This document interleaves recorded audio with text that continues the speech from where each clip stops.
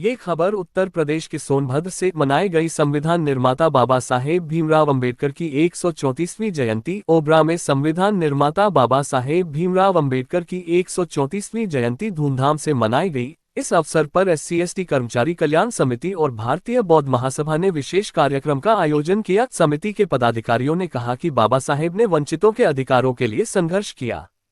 उन्होंने भारतीय संविधान का निर्माण किया, जो आज कई देशों के लिए आदर्श बना हुआ है। विदेशों से भी अध्यापक और छात्र इस संविधान का अध्ययन करने आते हैं। बाबा साहेब के 3 प्रमुख सिद्धांत शिक्षा, संघर्ष और संगठित होना आज भी समाज के लिए प्रेरणा स्रोत हैं। उनका मानना था कि इन तीनों के बल पर कोई भी वर्ग समाज की मुख्यधारा से वंचित नहीं रह सकता।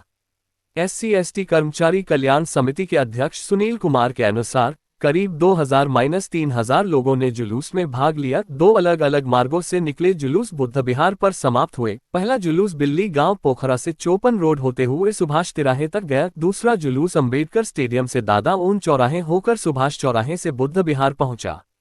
कार्यक्रम में ये भी उल्लेख किया गया कि बाबा साहेब के आदर्शों को केवल एयर कंडीशन कमरों में बैठकर नहीं, बल्कि जमीनी स्तर पर उतारने की आवश्यकता है। खिरटिया और बिल्ली गांव सहित नगर के हजारों लोगों ने इस अवसर पर अपनी उपस्थिति दर्ज कराई। आप देख रहे हो देश का तेजी से बढ़ता हुआ India 28 news. Kameshwar Vishwakarma, Uttar Pradesh national हित की आवाज।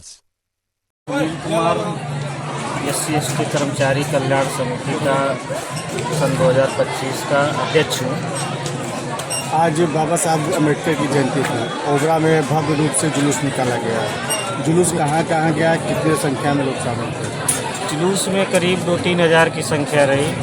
जुलूस हमारा दिल्ली पोखरा से चौपन रोड होते हुए सुभाष तिराहे, और दूसरा जुलूस हमारा डॉक्टर अंबेडकर स्टेडियम से दादा ऊन चौराहे होते हुए सुभाष चौराहे से बुद्ध विहार की समापन हुआ। क्या बहुजन के अलावा या भीम आर्मी के अलावा और भी कोई पार्टियां इसमें सम्मिलित थी? नहीं, बहुजन मतलब कि जो बाबा साहब विचारधारा पर चलने वाले लोग हैं, वो सिर्फ शेड्यूल कास्ट के लोग अभी चल रहे हैं। OBC के लोग भी जो है धीरे धीरे उनको फॉलो कर रहे हैं, लेकिन ज़्यादातर लोग आते हैं जो दूसरे, वो सिर्फ राजनीतिक कारणों से आते हैं। बाबा साहब शिक्षाओं से उनको मतलब नहीं है। बाबा साहब के आदर्शों को वो न चल के राजनीति सोचना से आते। बिल्कुल। भाजपा कह रही है कि पूर्व की सरकारों ने बाबा साहब अम्बेडकर को एक हिसाब से गर्त में डाल दिया था। भाजपा उसको, उनके विचारों को आगे लेके चल रही है। बाबा साहब को पूर्व की सरकारों ने गर्त में डाला, ये सत्य है, लेकिन भाजपा लेके आगे बढ़ रही है, सत्य नहीं है।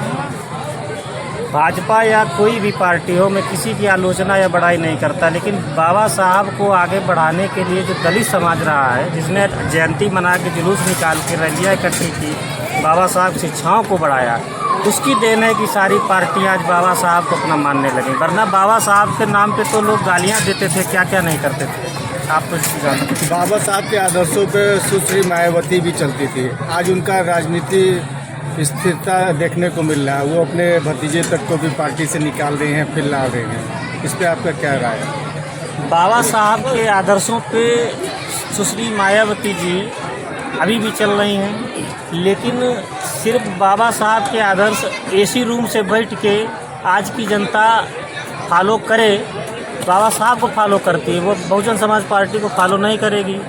आपको बहुजन समाज पार्टी को आगे बढ़ाना है तो सड़कों पे आना पड़ेगा, जनता से मिलना पड़ेगा। बाबा साहब एक अलग चीज़ है, कोई भी पार्टी एक अलग चीज़ है।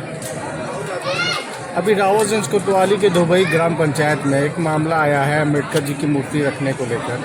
वहाँ पर रखने नहीं दिया जा रहा है, प्रशासन उस मूर्ति को हटवा दी। इसको लेकर थोड़ा सा बवाल भी हुआ है। अभी ये मामला मेरी जानकारी में नहीं आया है, मैं जानकारी इसकी इकट्ठी करूँगा, लेकिन मेरा ये कहना है कि चाहे वो दलित हों, चाहे वो सवर्ण हों, आपस में लड़ाई झगड़ा करने की ज़रूरत नहीं है। बाबा साहब कोई राजनीतिक चीज़ नहीं है। बाबा साहब मानने की चीज़ है, उनकी शिक्षाएं, उनके आदर्शों को आप मानिए, और किसी भी सवर्ण या दलित समाज को आपस में 2 गुट बना के लड़ने की ज़रूरत नहीं है। बाबा साहब सबके हैं। मतलब सर्वसम्मति से बाबा साहब की मूर्ति स्थापित करनी चाहिए। जी, हमारे जो सामान्य वर्ग के लोग हैं, वो बाबा साहब को जो दुश्मन की तरह देखते हैं, उनको ये नहीं करना चाहिए। बाबा साहब ने उनके लिए भी संविधान लिखा, आर्थिक जो फार्मूले दिए वो सामान्य वर्ग के लिए भी दिए। अगर संविधान नहीं होता तो आज जो शेर के हाथ में तलवार वाली कहावत थी, कटते तो वो भी कटते, नीचे वाले तो परेशान थे, उनका भी कुछ नहीं होता, जो बाहुबली होता वो सब लूट लेता। आगे बाबा साहब के अम्बेडकर के बारे में के बारे में आप क्या कहना चाहेंगे, लोगों को क्या राय देना चाहेंगे? मैं राय ये देना चाहता हूँ कि बाबा साहब के नाम पे ज़्यादा हुजूम, ज़्यादा चिल्लाने की ज़रूरत नहीं है। बाबा साहब ने आपको 3 मूल मंत्र दिए हैं, शिक्षित बनो, संगठित रहो, संघर्ष करो। शिक्षा अगर आपके पास रहेगी तो आप कठिन से कठिन मुश्किल को आसान करके आप अपना रास्ता बना लेंगे। संगठित रहेंगे तो किसी की हिम्मत नहीं पड़ेगी आपके ऊपर कोई दबाव डालने की। संघर्ष करते रहेंगे तो आप आर्थिक रूप से आप उन्नति कर लेंगे। और ये तीनों चीज़ें जब आपके पास होंगी तो कोई आपको अछूत नहीं कहेगा, कोई आपको दलित नहीं कहेगा, कोई आपके साथ भेदभाव नहीं करेगा।